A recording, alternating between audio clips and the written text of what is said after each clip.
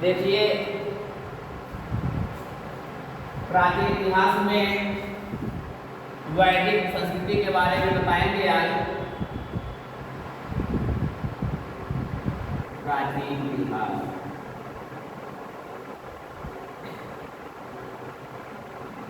प्राचीन इतिहास में जो है वैदिक संस्कृति के बारे में बताएंगे। कल बताया भी था वैदिक संस्कृति क्या है। वैदिक संस्कृति जो है वैदिक काल से मिलकर बना है। वैदिक संस्कृति जो है वैदिक काल से मिलकर बना है। वैदिक संस्कृति का अर्थ होता है वैदिक काल। वैदिक संस्कृति कहिए या तो वैदिक काल कहिए। वैदिक काल, अब वैदिक काल जो है दो प्रकार के होते हैं। एक होता है ऋग्वैदिक काल या पूर्व वैदिक काल। एक होता है पूर्व वैदिक काल या ऋग्वैदिक काल। पहला होता है पूर्व वैदिक काल या ऋग्वैदिक काल। दूसरा होता है उत्तर वैदिक काल। उत्तर वैदिक काल। अब देखिए जो ऋग्वैदिक की काल सीमा जो थी, ऋग्वैदिक की काल सीमा 1500 ईसा पूर्व से 1000 ईसा पूर्व तक, 1500 से 1000 ईसा पूर्व तक मानी जाती है।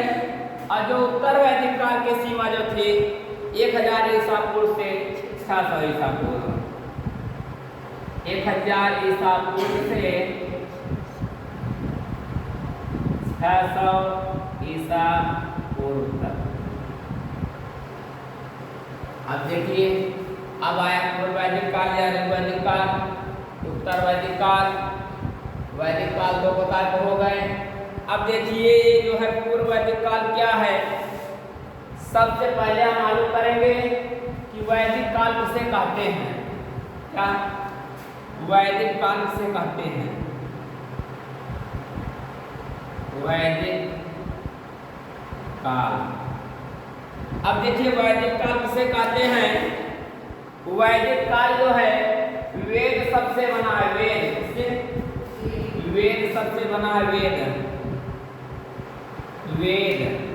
वैदिक काल वेद सबसे, वेद शब्द से बना। वैदिक काल हमारा जो है वेद सबसे बना है। उससे वेद सबसे बना है अर्थात वैदिक काल का अर्थ होता है भाषा सूचक जो है। जो वैदिक काल हमारा जो है यह एक प्रकार के भाषा सूचक शब्द है। क्या है? भाषा सूचक शब्द है। और वैदिक शब्द का जो है वैदिक जो शब्द जो है वेद से बना है, जिसका अर्थ है ज्ञान। वैदिक काल को वेद ना वेद शब्द से भी जाना जाता है। और यह एक जो है भाषा सूचक शब्द है। क्या है? भाषा सूचक शब्द है। और वेद का अर्थ होता है ज्ञान। वेद का अर्थ होता है ज्ञान। कौन? ऋग्वेद जो है चारों वेद इसी में आएंगे। कौन से वेद क्या था, कैसे ज्ञान की प्राप्ति हुई, ये सब जो है वेद से संबंधित हम लोग को मालूम चलेगा। वैदिक संस्कृति के निर्माता जो है आर्य को माने जाते हैं। वैदिक संस्कृति के निर्माता, ये वैदिक संस्कृति है, इसके जो निर्माता थे, निर्माता आर्य को माना जाता है। इसे आर्य बहुत इंपॉर्टेंट था कि वैदिक संस्कृति के निर्माता को कौन थे? आर्य थे। ये आर्य जो आए थे, या जो आर्य शब्द आया है, या जो आर्य शब्द जो है आर्य जो है एक जो हमारे लोग भाषा इसकी जो है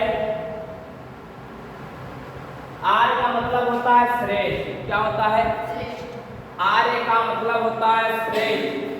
कि आप इससे आर्य मतलब ये नहीं है कि आर्य के लोग आए, कहाँ आए, कैसे आए, नहीं।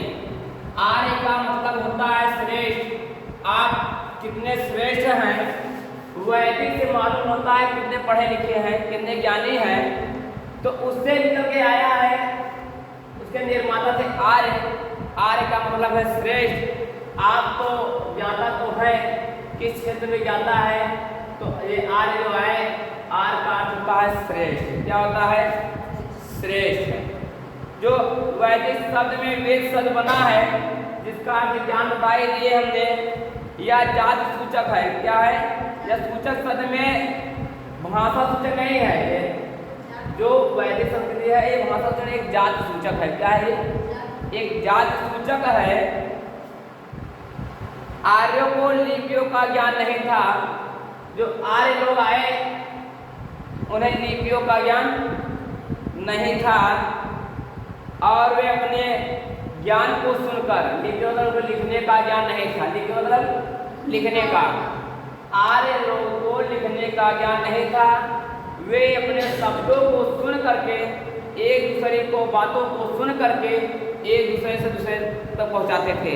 जैसे मैं कह दूं कि ऋग्वेद में जो है वे 4 प्रकार होते हैं। ऋग्वेद ब्राह्मण भुजाओं से, ब्राह्मण मुख से, तो जैसे हम बोल दिए ब्राह्मण मुख से, आप लोग बोलते हो ब्राह्मण मुख से, एक दूसरे को बताते चले जाओ, एक दूसरे को मालूम होता गया, उसी से जो है ज्ञान की प्राप्ति हुई। आर्य जो थे ये भाषा सूचक नहीं थे, शब्द सूचक थे। क्या थे? एक शब्द सूचक थे। और इनको ज्ञान जो है एक पीढ़ी से दूसरी पीढ़ी तक पहुंचाते थे। सुनकर जो है एक लोगों से सुनकर दूसरे लोग तक पहुंचाते थे, एक पीढ़ी से दूसरी पीढ़ी तक पहुंचाते थे। ये आर्य लोग जो थे। वैदिक साहित्य को, इसलिए वैदिक साहित्य को श्रुत साहित्य के नाम से जाना जाता है। क्या? श्रुत साहित्य। हाँ, श्रुत साहित्य।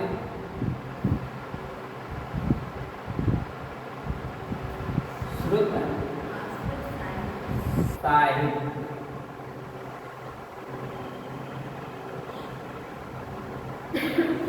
श्रुत साहित्य के नाम से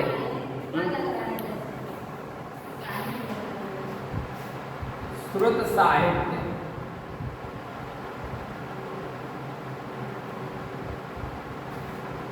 वैदिक काल को श्रुत साहित्य के नाम से जाना जाता था। श्रुत साहित्य का तात्पर्य है,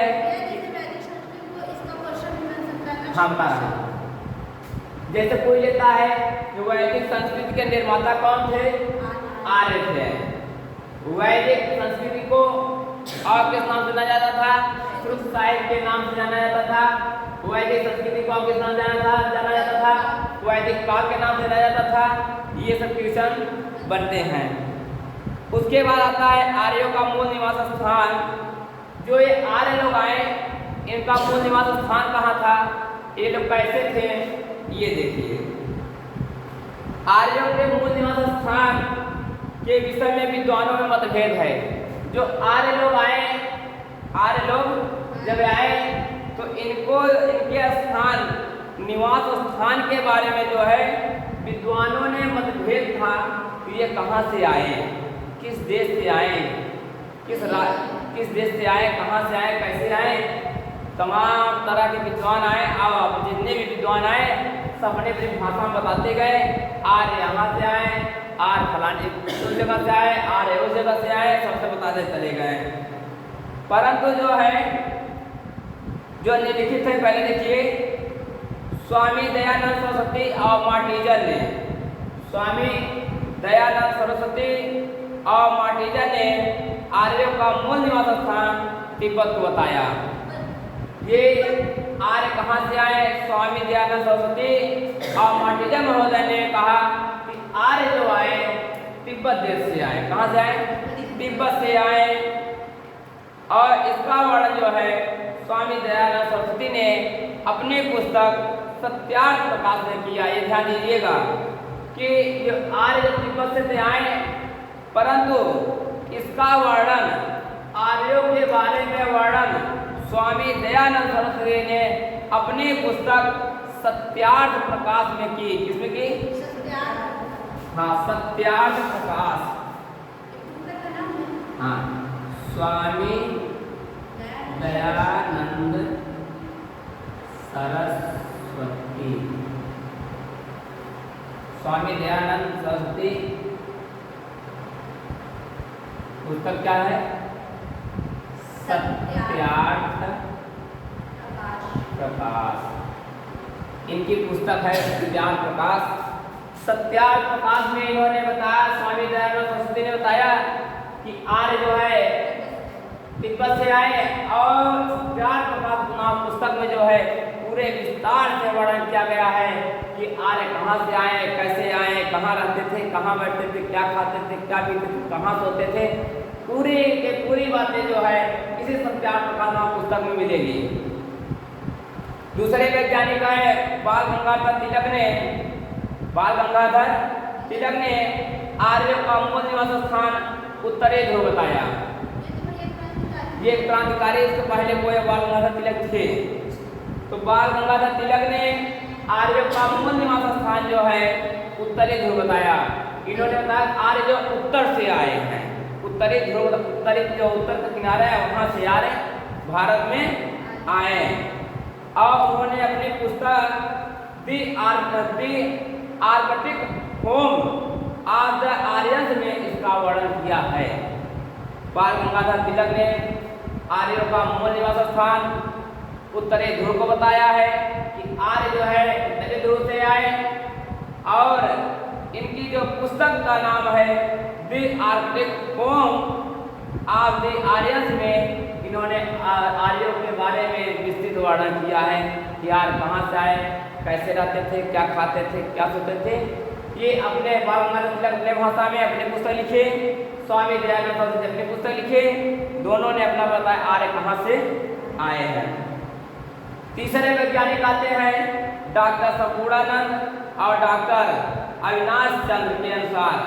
डॉक्टर संपूर्णानंद और डॉक्टर अविनाश चंद्र आते हैं, इन्होंने आर्यों का मूल निवास स्थान जो है सप्त सैंधव प्रदेश बताया। क्या था कि आर्य जो है सप्त सैंधव प्रदेश से भारत आए। चौथे वैज्ञानिक आते हैं ऋग्वेद में देवासुर संग्राम। ऋग्वेद में देवासुर संग्राम का वर्णन मिलता है। लगता है कि आर्य जो है इसी युद्ध में पराजित होकर, देखिए ऋग्वेद में जो है देवासुर देवताओं और असुरों का जो युद्ध मिलता है, वर्णन मिलता है, युद्ध बारे वर्णन मिलता है ऋग्वेद में। ऋग्वेद में देवता और राक्षसों के बीच जो युद्ध होता है अमृत के लिए, अमृत के लिए हो रहा है ना, अमृत मंथन जो रहा था, उसमें उन लोगों ने कहा कि वह संग्राम का जब संग्राम होने लगा, युद्ध होने लगा था, उससे आर्य इसी युद्ध में पराजित हो गए। आर्य लोग उस युद्ध में पराजित हो गए। पराजित होने के बाद सप्त सैंधव प्रदेश को छोड़कर भारत में आके रहने लगे। वहाँ पर पराजित किया गया, वहाँ से पराजय हो गई, आके भारत में रहने लगे।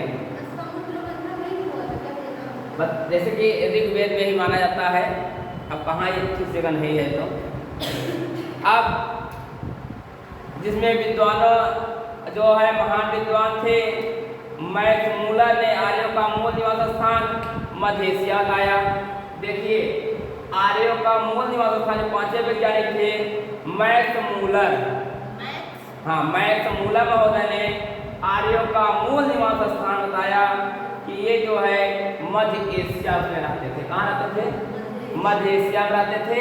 मध्य एशिया से बाहर भारत में आए और मध्य एशिया के बैक्टीरिया क्षेत्र को बताया। और यही सर्वमान्य माना जाता है। ये जो है मैक्स मूलर महोदय को जो वैज्ञानिक बताए आर्यों का मूल निवास स्थान मध्य एशिया है, यही सबसे उचित और सबसे सही माना जाता है कि आर्यों का जो मूल निवास स्थान कहाँ था? मध्य एशिया था। मध्य एशिया से बाहर जो है आर्य भारत में आए।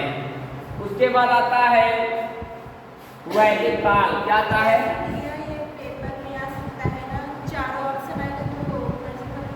हम सब बता रहे हैं, बस थोड़ा बता दें। उसके बाद आता है वैदिक काल। क्या आता है? वैदिक काल। वैदिक काल वेद सबसे बना है, जिसका अर्थ होता है ज्ञान में बताया। वैदिक संस्कृति के अध्ययन के सुविधा को ध्यान में रखते हुए वैदिक काल को दो भागों में बांटा गया। अब देखिए वैदिक काल को दो भागों में बांट दिया गया है। कौन कौन दो भाग थे? कौन कौन दो भाग थे? पूर्व वैदिक काल और उत्तर वैदिक काल। और अब आता है पूर्व वैदिक काल या ऋग्वैदिक काल और उत्तर वैदिक काल। पूर्व वैदिक काल या ऋग्वैदिक काल की सीमा जो थी 1500 ईसा पूर्व से 1000 ईसा पूर्व मानी गई। अब देखिए ऋग्वैदिक काल में क्या क्या है।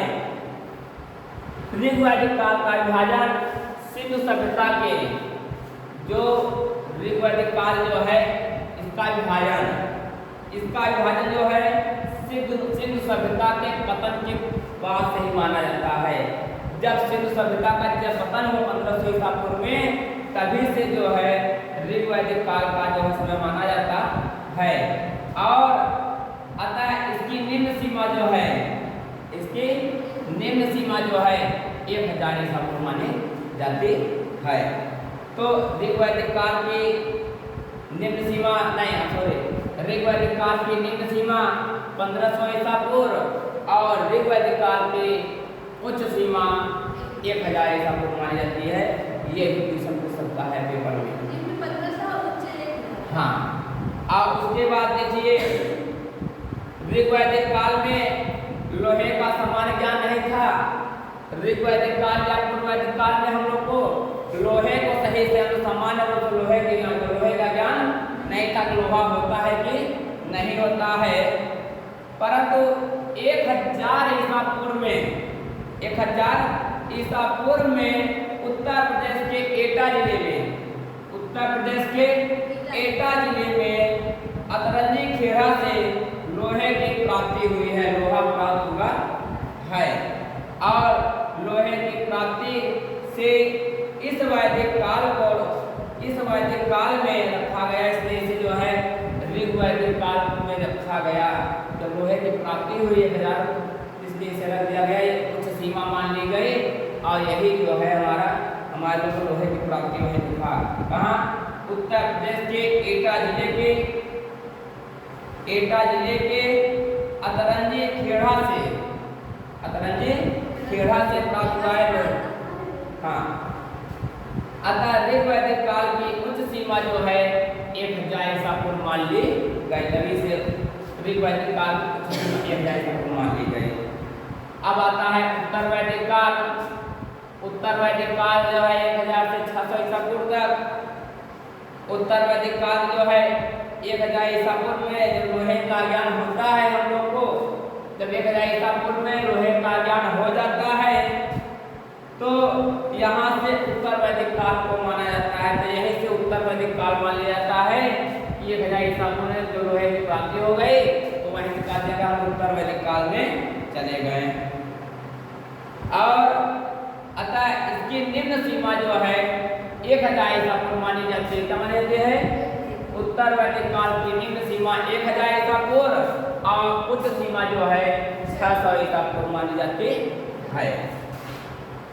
उसके बाद जो है ये जो 600 ईसा पूर्व है उत्तर वैदिक काल के, इसी 600 ईसा पूर्व के आसपास ही 16 महाजनपदों का उदय होता है।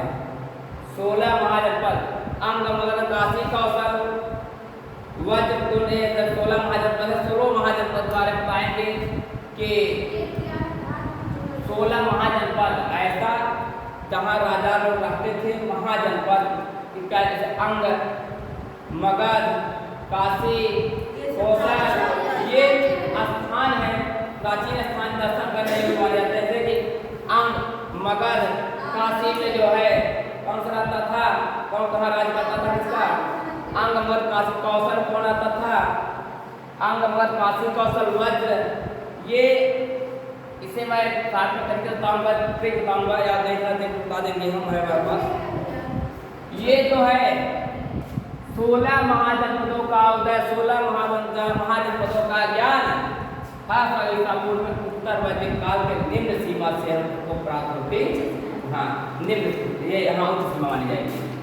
600 ईसा पूर्व उत्तर वैदिक काल की सीमा से 16 महाजनपदों का हम लोग की ज्ञान की प्राप्ति होती है कि 16 महाजनपद भी थे। उसके बाद जो है ये मुख्य 16 जगह के नाम हैं जहाँ राजाओं ने आक्रमण किया। हाँ, अब उसके बाद जो है देखिए नोट में थोड़ा आता है, हाल ही में जो है सोनभद्र जिले में राजा, हाल ही में जो है सोनभद्र जिले में राजा नल के जिले में खुदाई होने से पता चलता है कि प्राचीन काशी अर्थात वाराणसी जिले में 1500 ईसा पूर्व के आसपास लोहे का इस्तेमाल हुआ था। ये उत्तर प्रदेश के सोनभद्र जिले में हाल ही में पता चला कि जो है खुदाई हुई तो प्राचीन काशी अर्थात लोहे का इस्तेमाल जो है 1500 ईसा पूर्व में भी हो गया था। वाराणसी वही सोनभद्र जिला जो है सोनभद्र और बनारस लगे हुए हैं। पहले बनारस पड़ेगा उसको सोनभद्र में जाकर हो जाएगा। अब उसके बाद आता है ऋग्वैदिक आर्यों का भौगोलिक क्षेत्र। जो ऋग्वैदिक लोग आए इनका क्षेत्र कहाँ है, कहाँ पर था, ये कैसे रहे, क्या खाते थे, इस सब बारे में बताना है। ऋग्वेद में अफगानिस्तान की 4 नदियाँ, जो ऋग्वेद है ऋग्वेद में अफगानिस्तान की 4 नदियाँ कौन कौन से देखिए 4 नदियों का उल्लेख मिलता है, जिसमें उभा आधुनिक नाम काबुल नाम काबुल आता है। पहले ऋग्वेद में कुभा नाम से जाना जाता था, कुभा, और आधुनिक नाम में काबुल है। दूसरी नदी है क्रुमु जो वर्तमान में कुर्रम नाम से जानी जाती है। तीसरी नदी है सुवास्त, जिसे स्वात नदी के नाम से जानी जाती है। और चौथी नदी है गोमती नदी, जिसे गोमती नदी के नाम से वर्तमान में जानी जाती है। ये ऋग्वेद में 4 नदियों का उल्लेख मिलता है, कौन कौन से, कुभा, क्रुमु, स्वास्तु और गोमती। 4 नदियों का उल्लेख हम लोग को ऋग्वैदिक काल में मालूम होता है कि वो नदियाँ थी। और इसके अलावा जो है सप्त सैंधव प्रदेश के 7 नदियों का उल्लेख मिलता है। इसके अलावा जो है 4 नदियों के अलावा जो है सप्त सैंधव प्रदेश में 7 नदियों का उल्लेख मिलता है। कितनी नदियों का? 7 नदियों का उल्लेख मिलता है। अफगानिस्तान की 4 नदियों का उल्लेख मिलता है, ऋग्वेद काल में मिलता है। उसके बाद सप्त सैंधव प्रदेश जो था वहाँ पर 7 नदियों का उल्लेख मिलता है, 7 नदियों का वर्णन मिलता है। ये जो 7 नदियों का ये ऋग्वैदिक काल में ही मिला। हाँ, ऋग्वैदिक काल में। अब उसके बाद देखिए सिंधु नदी का ऋग्वेद में अर्थात सर्वाधिक बार जो है उल्लेख मिलता है। सिंधु नदी में जो है सिंधु नदी का ऋग्वेद में सर्वाधिक बार जो सिंधु नदी का जो वर्णन जो है ऋग्वेद में सर्वाधिक बार मिलता है। वो कितने बार था? वर्तमान नाम जो है सिंधु नदी के नाम से जानी जाती है, सिंधु नदी के नाम से जाने जाते हैं, या जो ऋग्वेद में सर्वाधिक बार उल्लेख मिलता है, सबसे ज्यादा जो है उल्लेख हाँ सिंधु नदी का जो है ऋग्वैदिक काल में जो है सबसे मान्य नदियाँ थी तो सिंधु नदी थी, ये कर सकते हो। उसके बाद सरस्वती नदी आती है, 7 नदियाँ थी, सिंधु नदी, सरस्वती नदी और शतुद्री नदी, विपाशा, परुष्णी, विसता और अश्विनी। अब देखिए सरस्वती का वर्तमान नाम सरस्वती ही है। शतुद्री नदी का वर्तमान नाम जो है सतलज नदी है। ऋग्वेद में शतुद्री नदी के नाम से जाना जाता था, वर्तमान में सतलज नदी के नाम से जाना जाता है। उसके बाद विपाशा आता है, चौथी नदियां हैं। विपाशा ऋग्वेद में विपाशा नाम से जानी जाती थी, वर्तमान में व्यास नदी के नाम से जानी जाती हैं। और परुष्णी नदी आती है, 5वां नदी आती है परुष्णी ऋग्वेद के, जो आधुनिक नाम रावी नदी के नाम से जानी जाती है। और चौथा नदी आता है विसता, जिसका आधुनिक नाम है झेलम नदी। और उसके बाद 7वां आता है अश्विनी, जिसका नाम चिनाव नदी है। हाँ देखिए, ऋग्वेद में दूसरे नाम से पढ़ा जाता था, वर्तमान में इसका दूसरा नाम चल रहा है।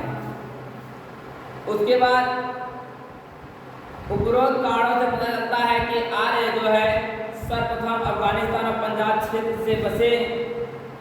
सभी कारण मिलाकर ये मालूम चला कि अफगानिस्तान आर्य जो है अफगानिस्तान और पंजाब क्षेत्र में आकर बसे, और जब कुरुक्षेत्र पर अधिकार कर लिया तब इसे जो है ब्रह्मवट कहा गया। क्या कहा गया? ब्रह्मवट कहा गया। अफगानिस्तान और पंजाब क्षेत्र में जब बसे, तो जब कुरुक्षेत्र हुआ तो कुरुक्षेत्र हुआ और अधिकार जो है आर्य आए अफगानिस्तान और जो पंजाब क्षेत्र में आकर के अधिकार किए, लड़ाई लड़े, युद्ध किए, युद्ध में जो विजयी हुए उन्होंने जो है उसको अपने कब्जे में कर लिया, अफगानिस्तान पंजाब को अपने कब्जे में कर लिया। तब से इस क्षेत्र को ब्रह्मवट कहा गया। क्या कहा गया? ब्रह्मवट क्षेत्र कहा गया।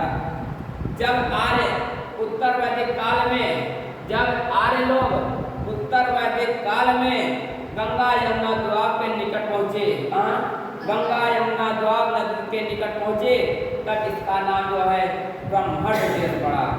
तब तक ब्रह्महर्ष। हाँ, जब आर्य लोग उत्तर वैदिक काल में गंगा और यमुना द्वाब के निकट पहुंचे, तब इसका नाम ब्रह्महर्ष देश पड़ा।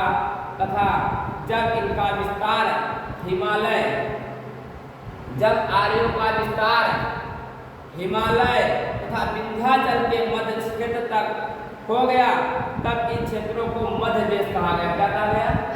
मध्य देश कहा गया। मध्य देश के नाम से जाना जाने लगा। उसके बाद आर्यों का अधिकार बंगाल व बिहार, समस्त उत्तर भारत में आर्यों का अधिकार बंगाल, बिहार और समस्त उत्तर भारत में क्षेत्र पर जब हो गया, तब इसे आर्यावर्त के नाम से जाना जाने लगा। और शकुंतला दुष्यंत पुत्र भरत, आप लोग शकुंतला दुष्यंत की कहानी सुने भी होंगे। शकुंतला दुष्यंत पुत्र जो थे उनके पुत्र थे भरत। उनका पुत्र क्या नाम था? भरत। भरत के नाम पर इसका नाम भारत पड़ा। जो भारत देश पड़ा है, शकुंतला दुष्यंत के पुत्र के नाम से भरत नाम से भारत देश पड़ा। और उत्तर वैदिक काल में आर्यों के प्रसार का वर्णन सतपथ ब्राह्मण के रूप में, सतपथ ब्राह्मण के विधेय माधव की कहानी से मालूम चलता है। सतपथ ब्राह्मण के विधेय माधव की कहानी से पता चलता है कि भारत नाम कैसे पड़ा। शकुंतला दुष्यंत के पुत्र भरत के नाम से भारत का नाम पड़ा। अब शकुंतला दुष्यंत के बारे में जानते ही थे, बता दे रहे हैं, अभी थोड़ी सी बता देता हूँ। वैदिक साहित्यों में कुल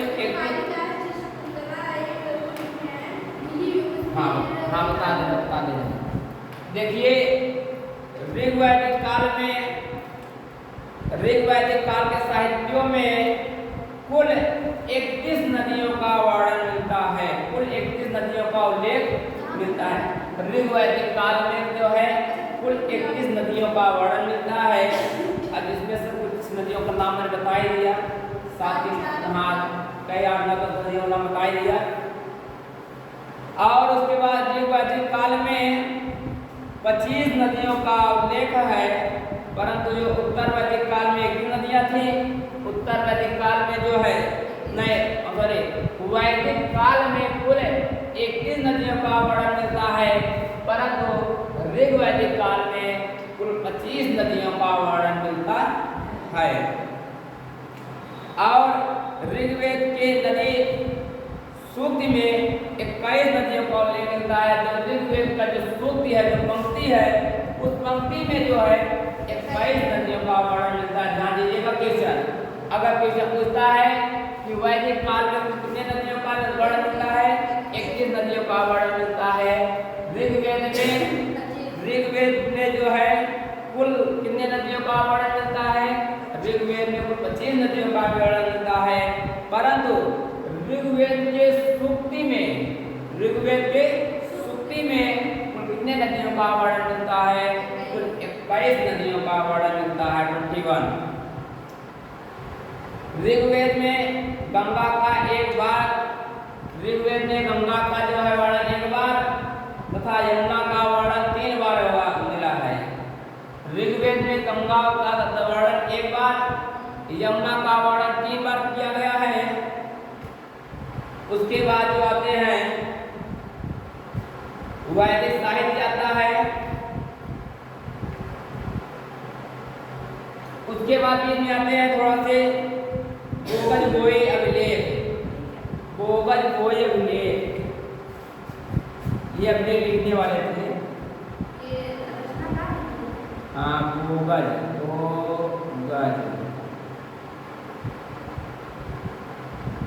बोई अभिलेख, ये 1400 ईसा पूर्व में, 1400 ईसा पूर्व में आए थे। उत्तर वैदिक काल के पहले ही आ गए थे गोगज-बोए। ये जो थे यह अभिलेख 1400 ईसा पूर्व एशिया माइनर आधुनिक तुर्की से प्राप्त हुआ है।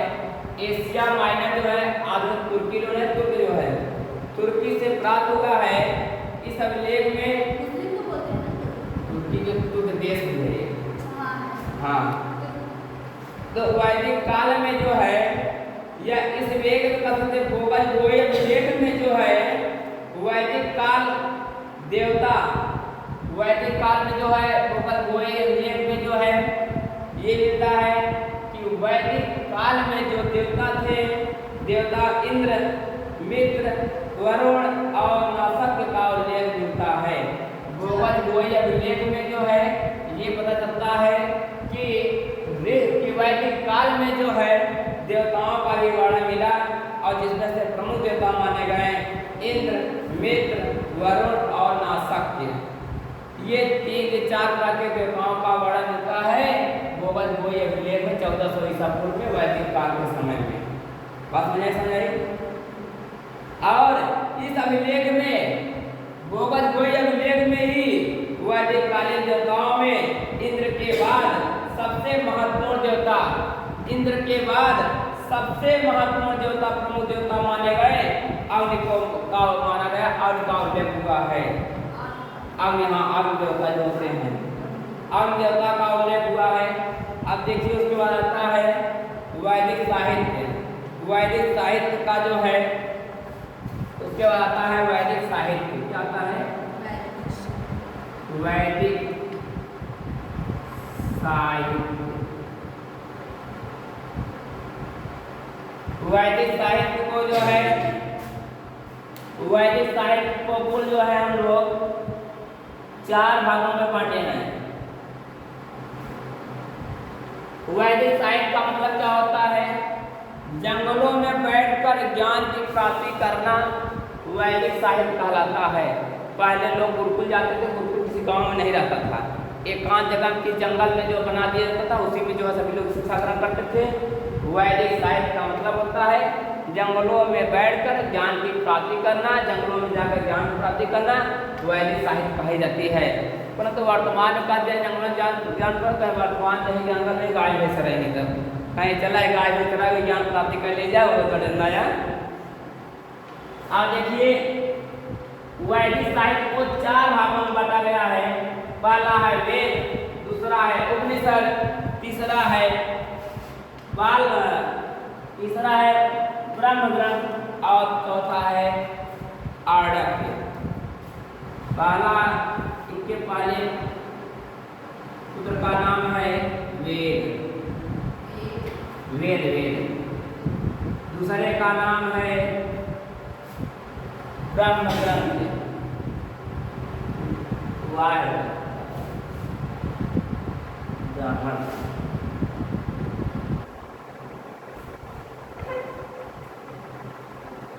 ब्राह्मण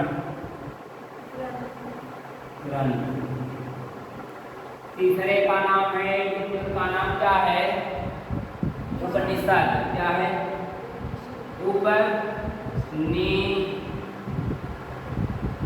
सर और चौथा वापी था आड़क आरण्यक।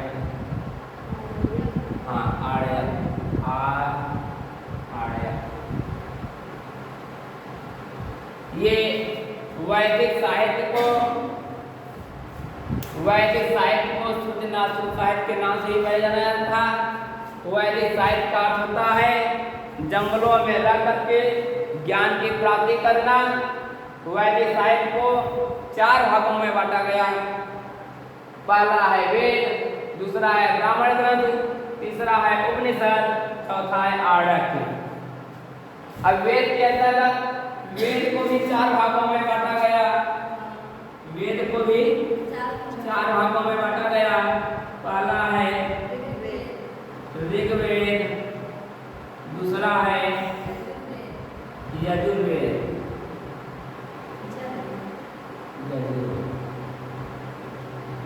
यजुर्वेद, तीसरा है सामवेद, चौथा है अथर्ववेद।